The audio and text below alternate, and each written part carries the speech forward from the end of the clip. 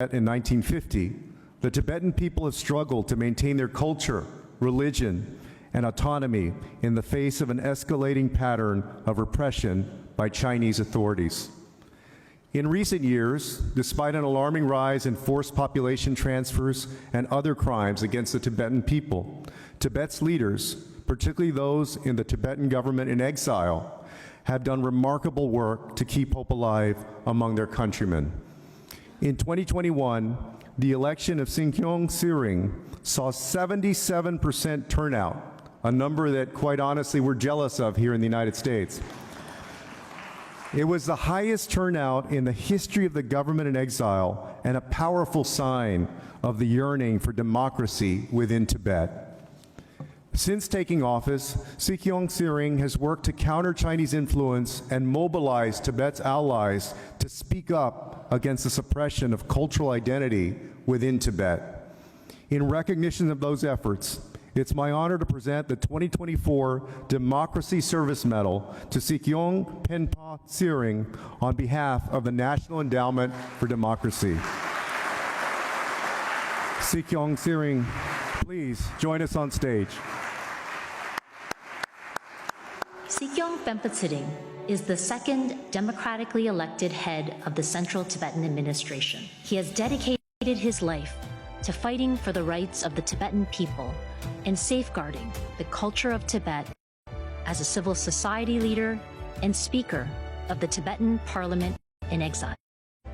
Since his election as SIKYONG in 2021, he has worked to strengthen the CTA's governance, advocated for the Tibetan people with world leaders, and raised concerns about policies restricting Tibetans' rights and culture. He has also worked tirelessly to secure the release of Tibetan political prisoners and pursue dialogue with the Chinese government. SIKYONG Penpa Tsering represents the aspirations of the Tibetan democracy movement, which serves as an inspiration for oppressed peoples everywhere who are seeking freedom and dignity.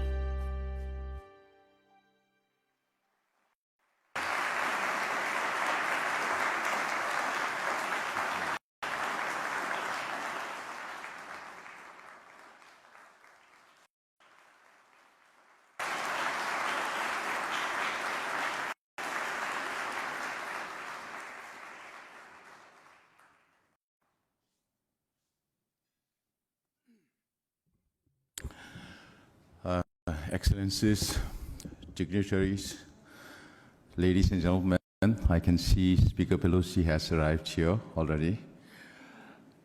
I want to thank the NED board members, past leader Carl Gushman, who has worked very closely with the Tibetans for many years in his 30+ years of career here at NED, and the present leader, Damon Wilson, and his team for honoring us with this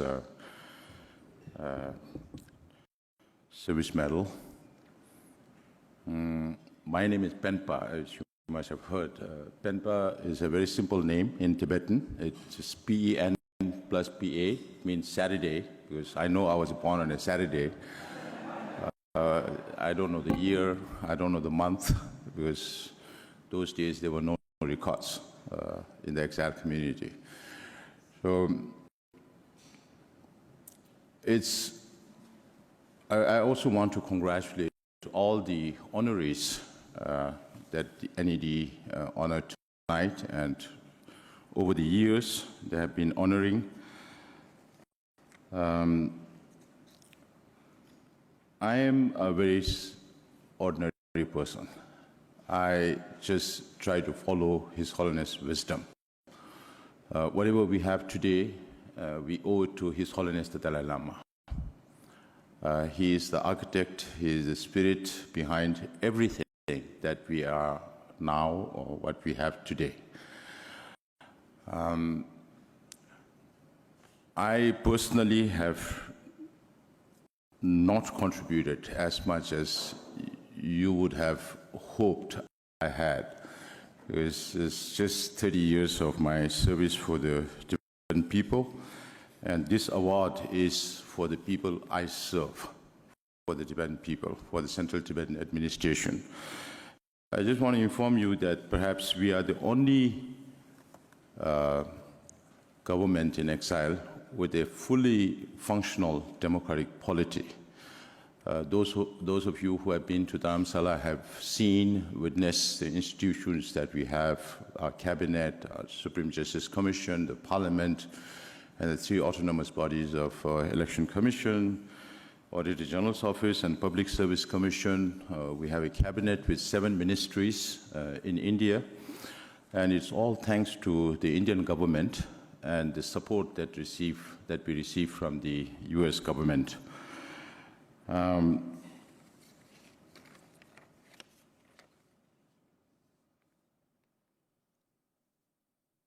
situation inside Tibet, as you have seen from Tibet Action Institute's activities, points towards cultural genocide inside Tibet.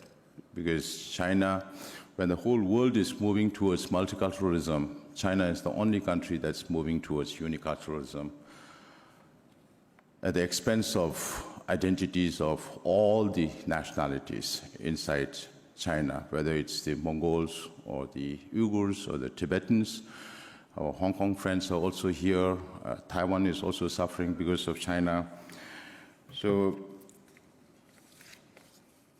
what is going on inside Tibet and what Tibet Action Institute has reported is one part of what is happening inside Tibet, the colonial-style boarding schools. There are many, many other issues. What you take it for granted in the United States and other countries in the free world does not exist in Tibet. You just take a picture of His Holiness Dalai Lama and you go to jail for 3 years at least. So that is the level of control and restriction that's happening inside Tibet. And I have been traveling around the world telling the story of Tibet, what is happening inside Tibet. And I also tell the international community that if you repeat the statement that Tibet is part of PRC, you're going against international law, because whether it's happening to Ukraine today or whether it happened to Tibet 70 years ago, it was the same international law. And I also tell countries that on the one hand, they say Tibet is part of PRC, and on the other hand, they say, we support negotiations between Representative His Holiness Dalai Lama and the Chinese government. And I tell them, you are removing the very ground for negotiations. When every country admits that Tibet is part of PRC, then where is the reason for China to come and talk to us? Then I also ask governments, why do you think China is asking other countries to say Tibet, only Tibet is part of PRC? That is because the Chinese government knows that they have no legitimacy of their rule in Tibet. And that is why they are trying to seek that legitimacy from the international community. So I also want to take this opportunity to thank our friends in the Congress, particularly led by Speaker Emerita Nancy Pelosi, and Honorable Representative Castro also mentioned about the Tibet Resolve Act, which is meant to promote negotiation and resolve the Sino-Tibet conflict. And this is a bipartisan bill, bicameral, and this was approved, just yesterday it got approved in the House through the suspension of rules to reconcile the wordings between the Senate and the House, and hopefully it'll go to the President's office very soon. And I also want to inform you that we have a congressional delegation coming to Dharamsala, led by Michael McCall, chair of the Foreign Affairs Committee, and Representative Meeks, minority leader in the Senate House Foreign Affairs Committee, and Speaker Emerita Nancy Pelosi will also be joining this delegation, and they are planning to leave tomorrow. So I have to be back in Dharamsala before they reach Dharamsala. In fact, I came this morning, so I'm still a little bit groggy. But I really appreciate this opportunity to be here and to speak about Tibet and the Tibet Action Institute and the role that they have played. Now, all we can say is we tell countries, please don't look at us only from the perspective of being a victim of communism. Nobody wants anarchy in China. But at the same time, we have to make China accountable for what they are doing. China is a threat not only to the nationalities within China, like Tibetans, Uyghurs, and Mongols, but it's a threat to the whole world. Because they are not talking only about repression, not imposing repression inside Tibet, but they want to export their system of governance in the name of global security initiative, global economic initiative, global civilizational initiative. So these are a real danger and threat to the free world, and we all need to work together to make China accountable. We are born in this world as a free person. All human beings are born to be free, not to be enslaved physically or mentally. And this is exactly what is happening inside Tibet, and we need your support more than ever before.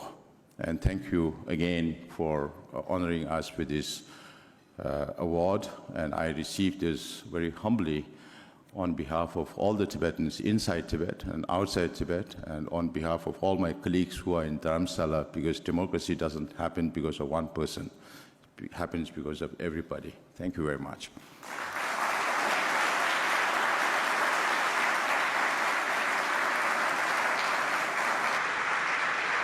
And now, a video introducing the next awardee.